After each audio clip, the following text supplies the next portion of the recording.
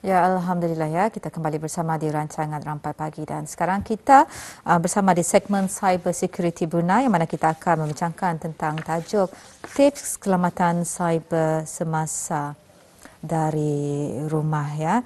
Dan seperti yang kita tahu ya, bekerja dari rumah ataupun work from home merupakan salah satu langkah terbaik untuk mengekang penularan wabak COVID-19 yang melanda di seluruh negara, seluruh dunia ya pada ketika ini. Dan Ya, dan insyaAllah pagi ini kita ni akan cuba untuk menghubungi ya tetamu kita ni pada pagi ini ya.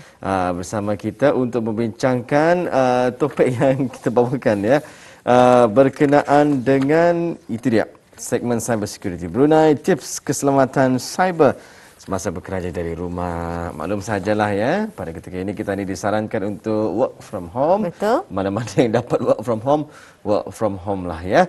Memperkatakan bagian perkara ini, terus saja kita sapa Yang Mulia Dayang Siti Nur Izwana binti Ayub, Pegawai Pemasaran dan Kesedaran Keselamatan Cyber. Assalamualaikum. Waalaikumsalam warahmatullahi wabarakatuh. Alhamdulillah. Apa kabarnya? Sihat pagi ini? Alhamdulillah sihat. Tuan Wali sama Tuan Mariam, Puan Mariam okey? Alhamdulillah, kami sihat walafiat ya di sini.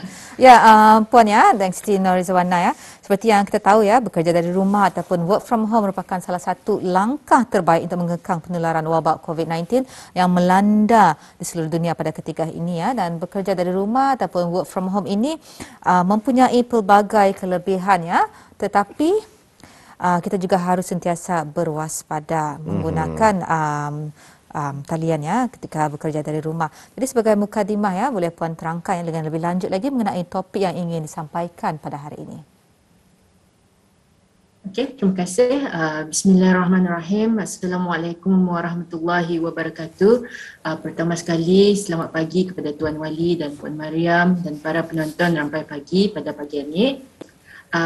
Terlebih dahulu, pihak Cyber Security Brunei ingin mengucapkan ribuan terima kasih kepada pihak BIS kita, Radio Television Brunei atas jemputan pada pagi ini ya. Pada pagi ini kami akan mengongsikan mengenai tips keselamatan cyber semasa bekerja dari rumah.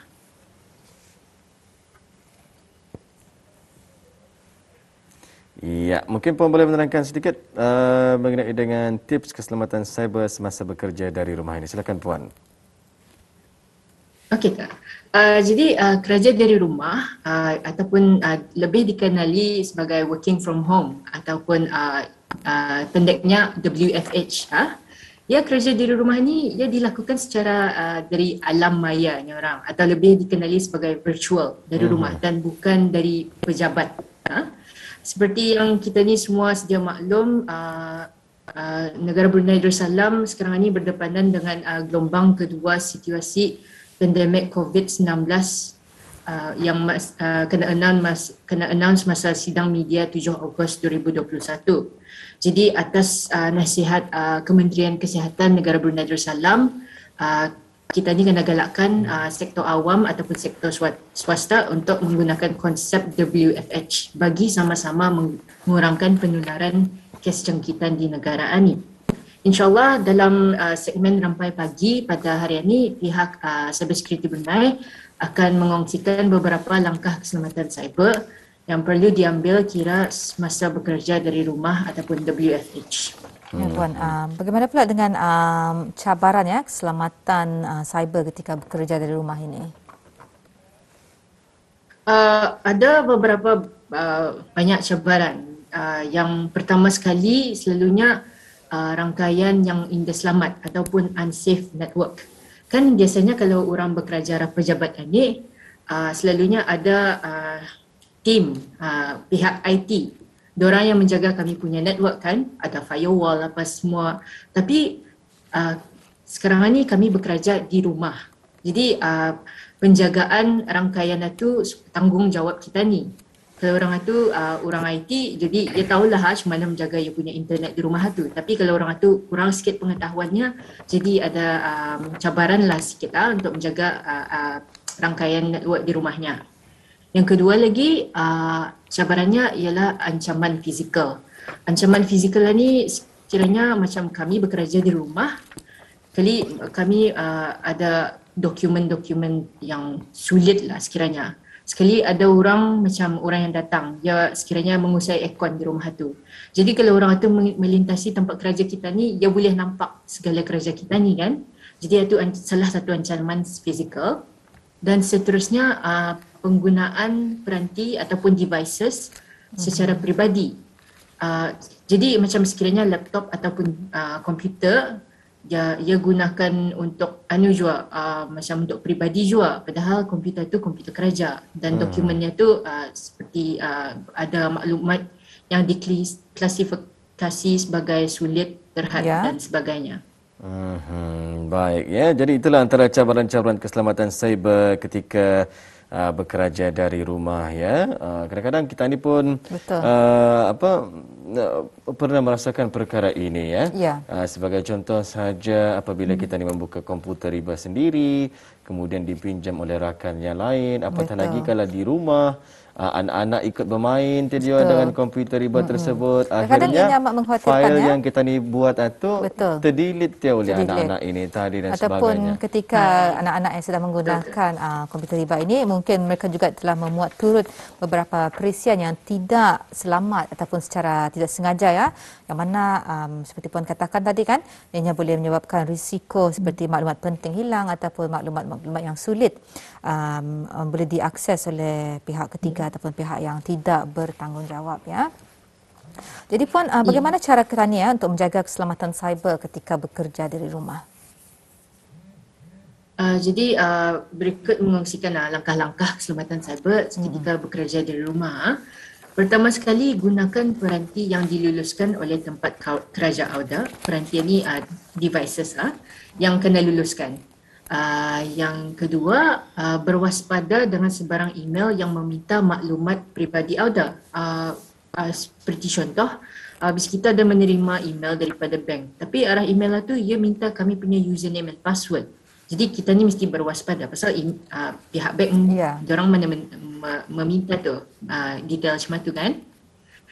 Yang seterusnya, kalau sekiranya Auda menjadi mangsa penipuan jenayah cyber, terbagi password kita ni tu arah penjenayahan ni.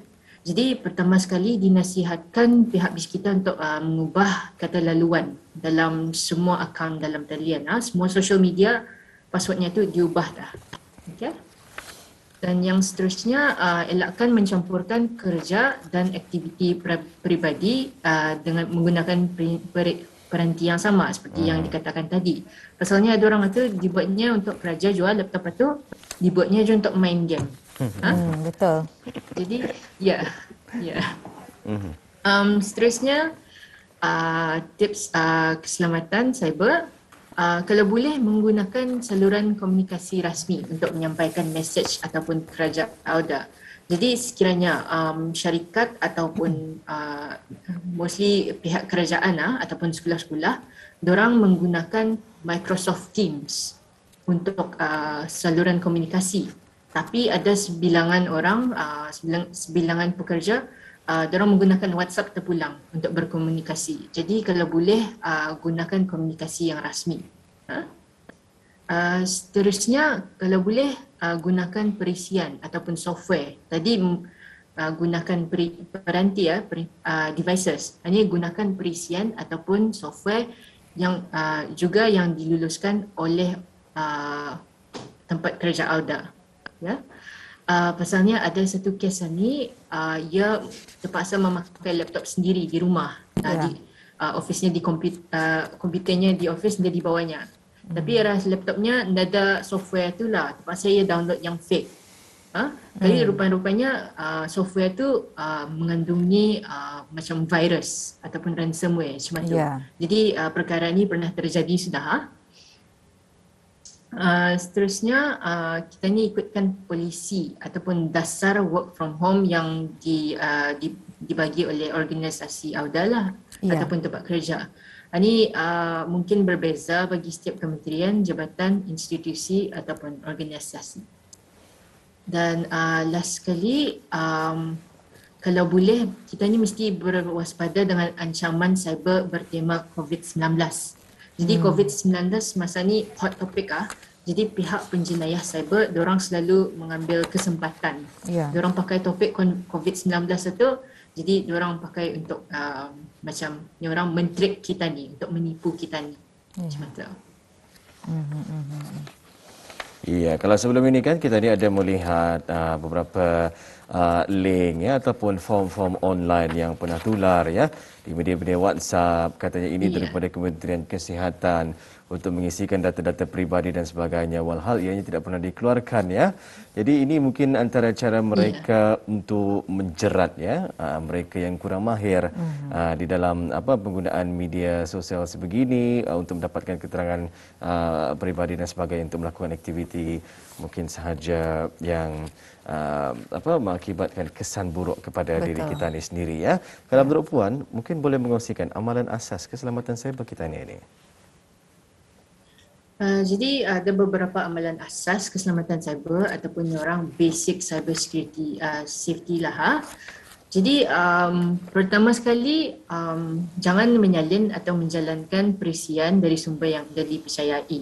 Erti kata lain, software tu kalau boleh kami download daripada trusted sources yang boleh dipercayai saja.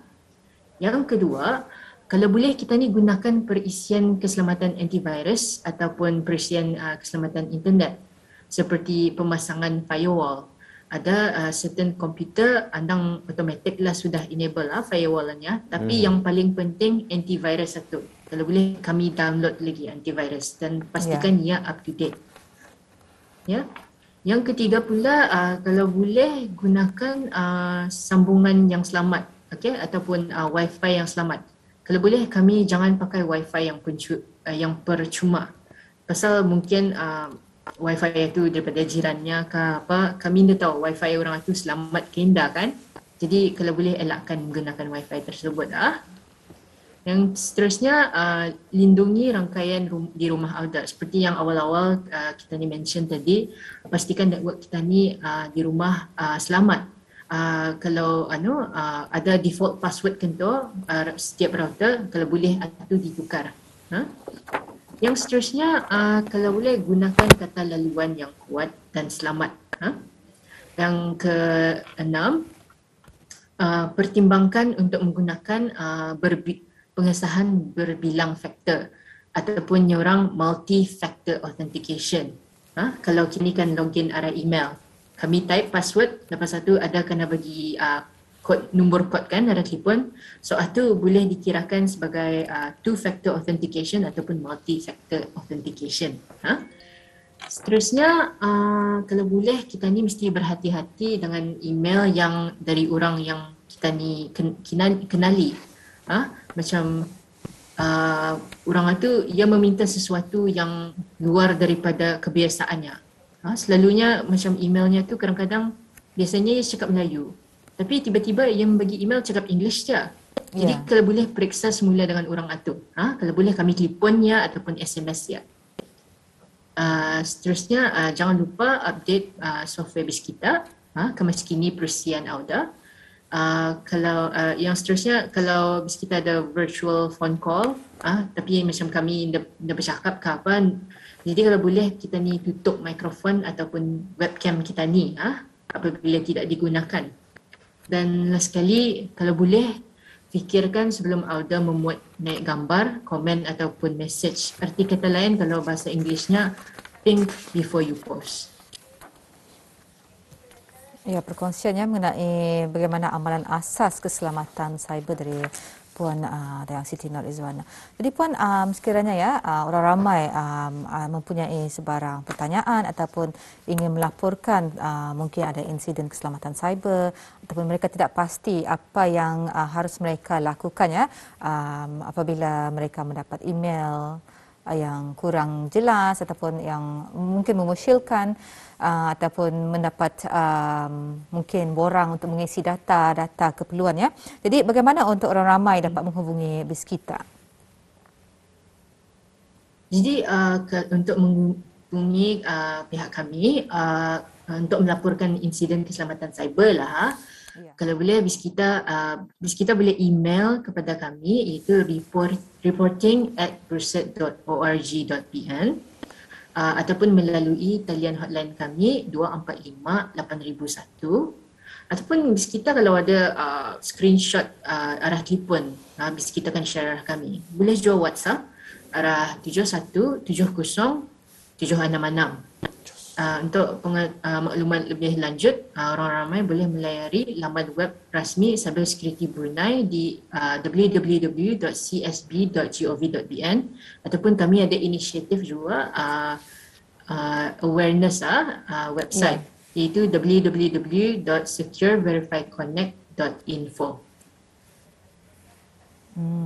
Ya, baik, itu tadi ya, kita saksikan seketika ya, sedikit infografik berkenaan dengan bagaimana orang ramai ya dapat menghubungi cyber security ini untuk mendapatkan mungkin nasihat ya, dan juga ingin mendapatkan sedikit sebanyak ya cara-cara ya, dan juga bertanyakan apapun juga permasalahan ya berkenaan dengan dunia siber ini. Baik, terakhir ni Puan Siti Nur Izwana ya. Mungkin ada sedikit nasihat yang ingin disampaikan dalam sama-sama kita ni membendung penularan wabak COVID-19 ini, dan mungkin sedikit menyentuh berkenaan dengan keselamatan siber semasa bekerja dari rumah. Silakan Puan. Okay. Untuk mengakhiri wawancara pada pagi ini, seperti yang kami maklum, negara Brunei Darussalam masih berdapatan dengan penularan wabak COVID-19. Oleh itu, kami pihak Cyber Security Brunei ingin menasihati orang ramai agar bekerja sama untuk mengurangi kes COVID-19 di negara ini. Patuhilah SOP yang telah disediakan oleh Kementerian Kesihatan. Selain daripada itu, sentiasa menjadi pengguna yang bijak dengan tidak menularkan mesej yang belum ditentukan kesahihannya. Ini untuk mengelakkan panik dan huru-hara di kalangan orang ramai.